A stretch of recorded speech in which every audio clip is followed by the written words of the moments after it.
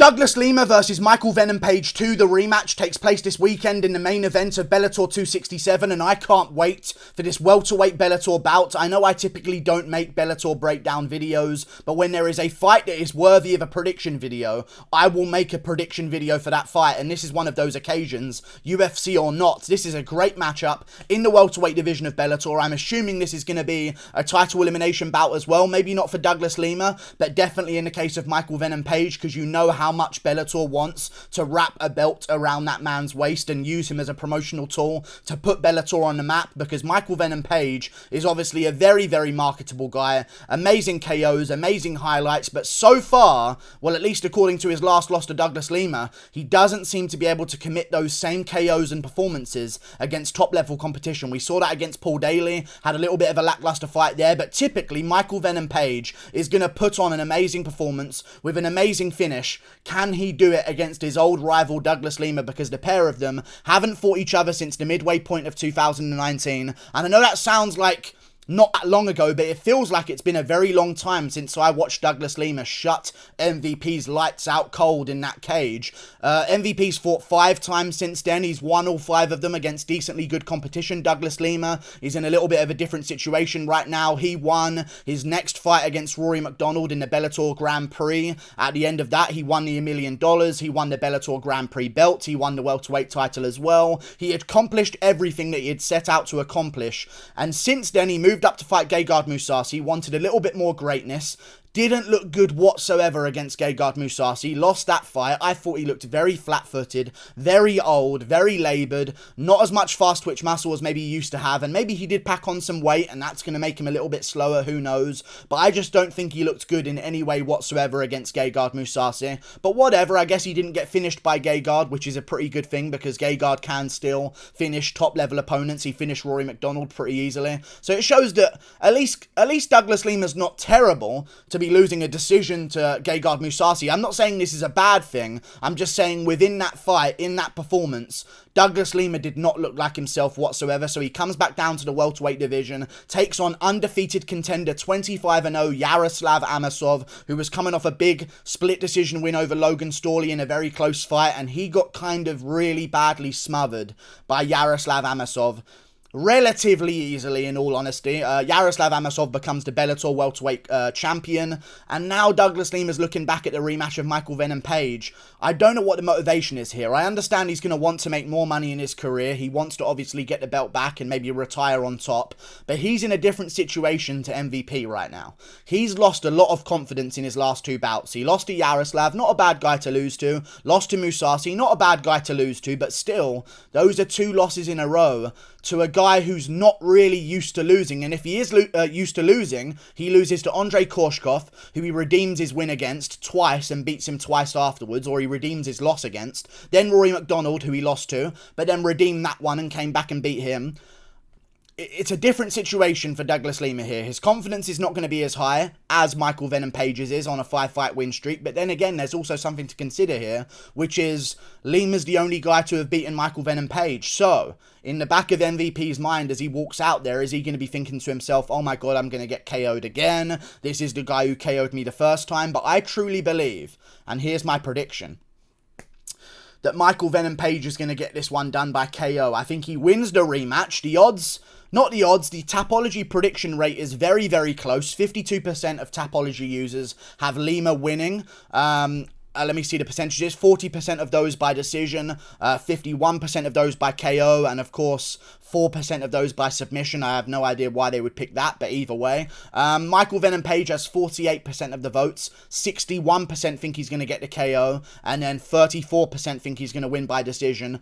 I agree with the 48% here, and I think MVP is going to get an upset win against Lima in a rematch, because I know that MVP is the older guy here, so it's kind of hard to say that he's on his way up and Lima's on his way out, but Lima has had so many wars in his career and so many tough fights in his career, and he's been on the losing end of a couple of fights as well. I know he's only lost to good opponents when you look back at his career, at least in the recent part of his career. He lost to Ben Askren, he lost to Andrei Korshkov, he lost to Rory McDonald, Gegard Mousasi, Yaroslav Amosov. Not bad guys to lose to, but he's taken damage in all of these fights, and even in his win against Rory McDonald, he took damage there as well. Even in his win against Michael Venom Page, he took damage, and I want to talk about that in a second. second, because MVP's the fresher guy here. He's only had one loss in his entire career. Other than that, he hasn't taken too much damage whatsoever. I think he's got a lot less miles on the clock than Douglas Lima does.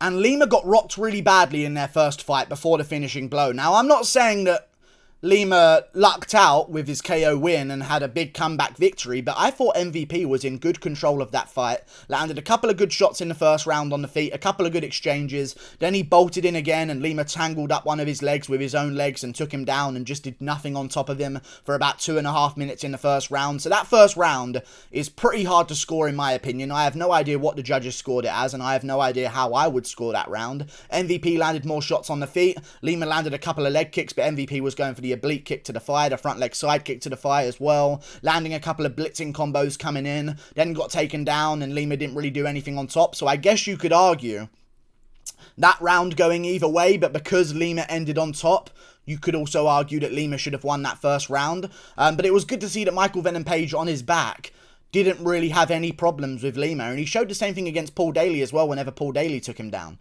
He has really massive hands with long fingers, and he can just grab around your wrist, and there's not too much you can do about it, in all honesty. You saw that with Lima, like MVP just grabbed his wrists, and Lima could not do anything with his hands on top of Michael Venom Page. Now, MVP's, of course, going to have improved his grappling more since then. He's the newer grappler to the game. Lima's been doing grappling for a very long time. So to see MVP be able to neutralize the offensive grappling of Douglas Lima in their first fight, I think he's now going to have a chance to maybe do something on bottom, maybe have a higher chance of getting back up to his feet, because I think he's the guy who has more to learn in that realm, and even still, he was shutting out and neutralizing the grappling in their first fight.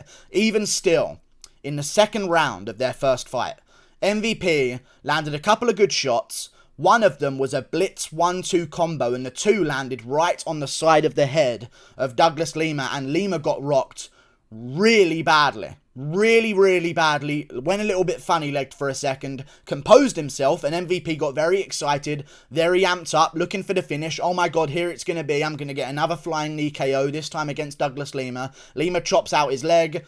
MVP goes down. On his way back up to his feet, Lima throws a shovel hook from hell and just puts MVP out cold. I don't see that circumstance happening again.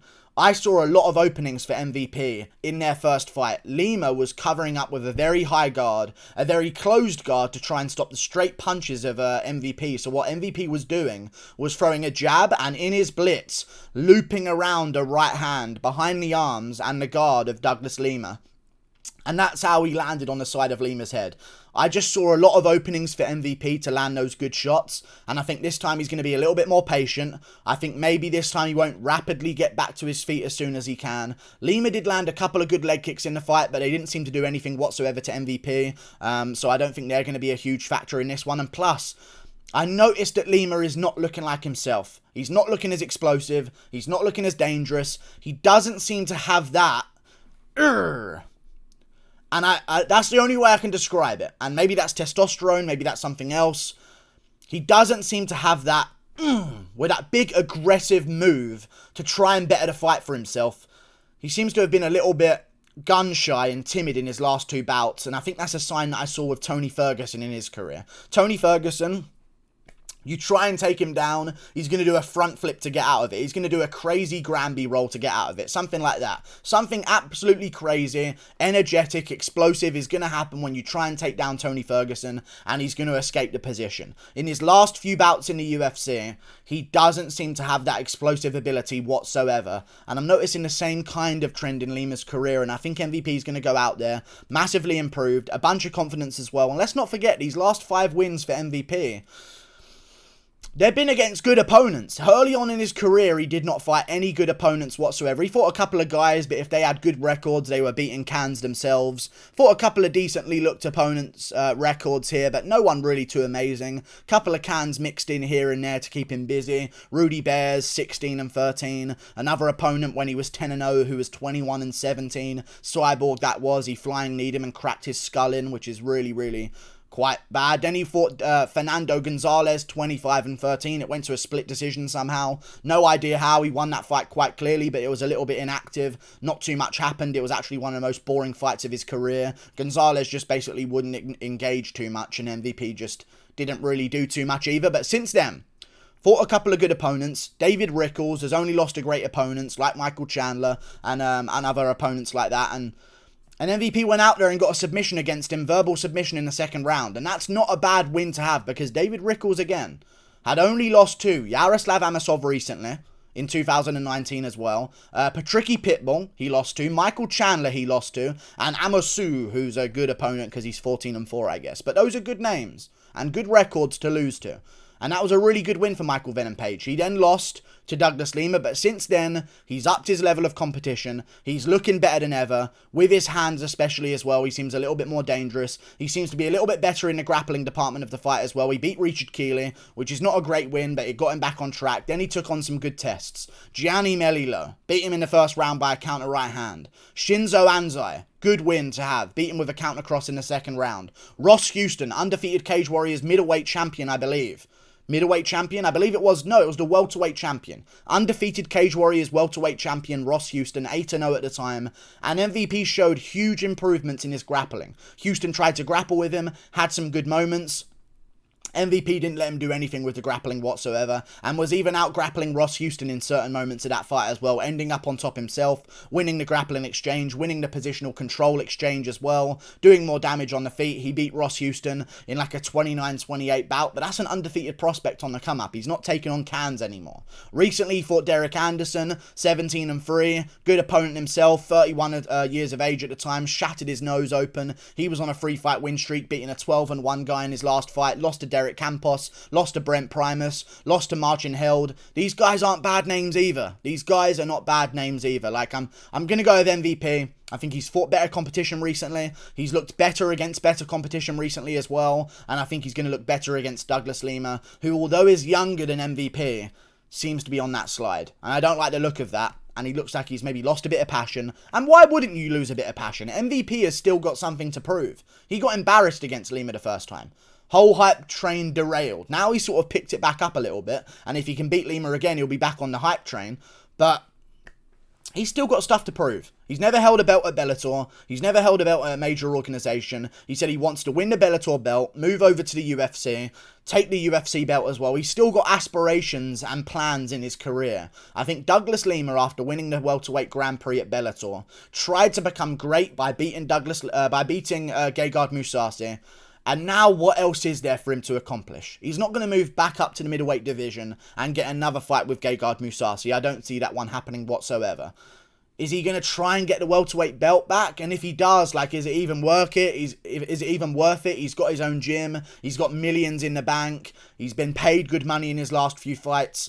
I don't think he's got the same hunger as MVP right now, and that's what I'm going to base it on. Plus, he rocked Lima so badly in that second round, got a little bit over-aggressive, left himself out of position trying to get back up from on the ground. Lima catches him with a big hook. I don't think the same thing happens twice.